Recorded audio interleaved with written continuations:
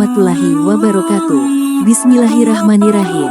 Sahabatku, pernahkah kau membayangkan bagaimana rasanya berdakwah ratusan tahun tanpa lelah, tanpa menyerah, walau hanya sedikit yang mau mendengarkan? Itulah kisah seorang nabi yang luar biasa. Dialah Nabi Nuh alaihi salam, seorang hamba Allah yang penuh kesabaran dan saksi atas salah satu peristiwa paling dahsyat dalam sejarah manusia, banjir besar yang menenggelamkan seluruh dunia. Tapi sebelum itu terjadi, semua dimulai dari sebuah perintah yang aneh, sebuah mukjizat yang kelak menjadi penyelamat umat beriman. Wahai Nuh, buatlah bahtera. Zaman Nabi Nuh adalah zaman ketika manusia mulai menyimpang dari kebenaran. Mereka menyembah patung-patung. Mereka memuja benda yang mereka buat sendiri dengan tangan mereka. Patung-patung itu dinamakan Wet, Suwa, Yakhuts, Ya'uq, dan Nasr. Semula, mereka hanyalah lambang orang saleh yang telah wafat. Namun, lama-kelamaan, manusia lupa pada Allah dan mulai menyembah patung-patung itu. Maka Allah mengutus seorang nabi dari kalangan mereka sendiri, Nuh bin Lamik bin Mutawasilah bin Idris. Seorang yang jujur, cerdas, dan berakhlak mulia. Nabi Nuh berdiri di hadapan kaumnya dan berkata dengan lembut, "Wahai kaumku, sembahlah Allah, tiada Tuhan selain Dia. Sungguh aku takut azab yang besar menimpa kalian." Namun kaumnya menolak, sebagian menertawakannya, sebagian lagi berbisik, "Lihatlah Nuh itu, mengaku nabi, tapi dia manusia biasa seperti kita." Sahabatku, bayangkan, Nabi Nuh berdakwah selama 950 tahun, hampir 1 milenium penuh. Siang dan malam ia menyeru mereka kepada Allah. Kadang dengan suara lembut, kadang dengan tangisan.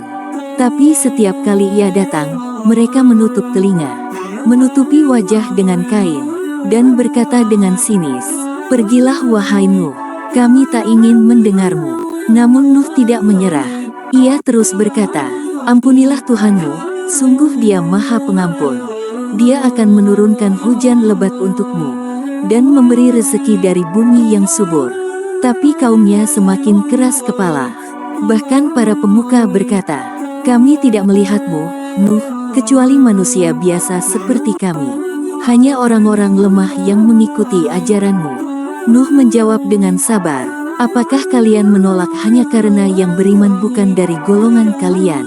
Aku tidak meminta harta, aku hanya ingin kalian kembali kepada Allah." Namun, semakin lama, semakin sedikit yang mau mendengarkan. Hanya segelintir orang miskin dan beriman yang tetap bersamanya. Setelah berabad-abad dakwah, Nabi Nuh menengadahkan tangan dan berdoa, "Ya Tuhanku, sesungguhnya kaumku telah mendustakanku. Maka bukakanlah antara aku dan mereka keputusan-Mu, dan selamatkanlah aku serta orang-orang yang beriman bersamaku." Lalu Allah mewahyukan sesuatu yang luar biasa kepadanya. "Wahai Nuh, buatlah bahtera di bawah pengawasan dan wahyu kami. Dan jangan lagi berbicara kepadaku tentang orang-orang zalim itu, karena mereka pasti akan ditenggelamkan." Qs. Hud 37. Sahabatku, bayangkan perasaan Nuh saat itu. Ia diperintahkan membuat kapal raksasa. Padahal di tempat itu tidak ada laut, tidak ada sungai besar. Hanya tanah kering dan berbukit. Dengan penuh ketaatan, Nabi Nuh mulai menebang pohon, memotong kayu, dan menyusunnya satu persatu. Setiap ketukan palu adalah bentuk ibadah. Ia bekerja siang dan malam bersama para pengikutnya. Namun kaumnya menertawakan dan mencemooh. Mereka berteriak, "Hai Nuh, apa yang sedang kau lakukan? Apakah kau membangun rumah di bukit ini?" Yang lain menertawakan lebih keras, "Kapal di atas gunung. Hahaha, di mana lautnya, wahai orang gila?" Tapi Nuh hanya tersenyum dan menjawab dengan tenang, "Jika sekarang kalian menertawakanku, kelak kalian akan tahu siapa yang akan ditertawakan oleh Allah."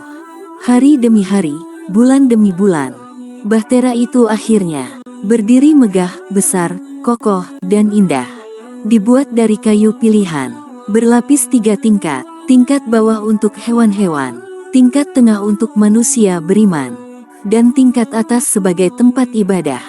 Ketika bahtera telah selesai, Allah memberi tanda. Belanga tanah liat yang ada di rumah Nabi Nuh tiba-tiba memancarkan air. Itulah tanda bahwa banjir besar akan datang.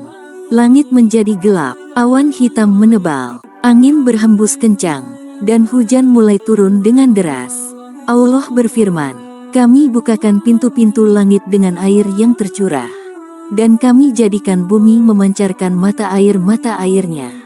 Maka bertemulah air dari dua sumber itu. Qs. Al-Qamar 11-12. Nuh segera memanggil para pengikutnya dan sepasang hewan dari setiap jenis. Gajah, unta, burung, kambing, singa, hingga ayam kecil. Semuanya naik ke bahtera dengan tertib atas izin Allah. Kemudian Allah berfirman, naiklah kamu sekalian ke dalam kapal dengan menyebut nama Allah, baik saat berlayar maupun berlabuh.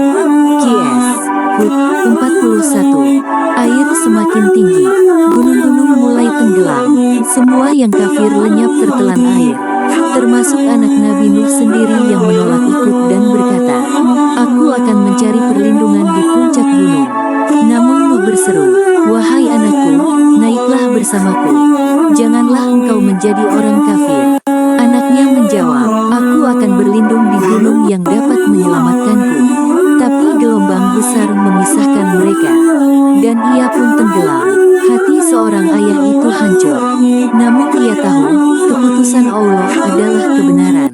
Setelah berhari-hari, Allah berfirman, wahai bumi, telanlah airmu, dan wahai langit, berhentilah. Qs. Hud 44. Air pun surut perlahan.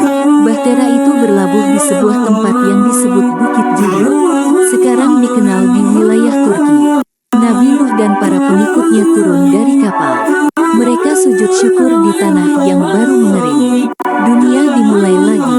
Dari manusia-manusia beriman yang selamat bersama Nabi Nuh. Sahabatku, kisah Nabi Nuh bukan sekadar tentang banjir, tapi tentang iman, kesabaran, dan ketaatan. Ketika semua manusia menertawakanmu karena keyakinanmu, ingatlah Nabi Nuh yang tetap teguh walau sendirian. Karena pada akhirnya, yang menyelamatkan bukan kekuatan, bukan jumlah, tetapi iman dan keteguhan hati kepada Allah. Wassalamualaikum warahmatullahi wabarakatuh.